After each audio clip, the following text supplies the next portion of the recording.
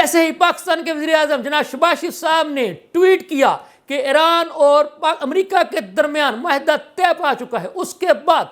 دنیا بھر کے تمام رہنماؤں نے پاکستان کے وزیر اعظم جناب شہباز شریف صاحب، فیلڈ مارشل جناب عاصم منیر صاحب کا